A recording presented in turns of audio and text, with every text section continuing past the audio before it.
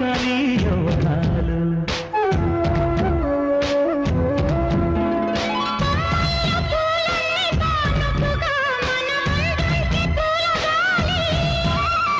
పువ్వుల్లో దాగున్న అందాలనే మన ముందుంచే గంధాలుగా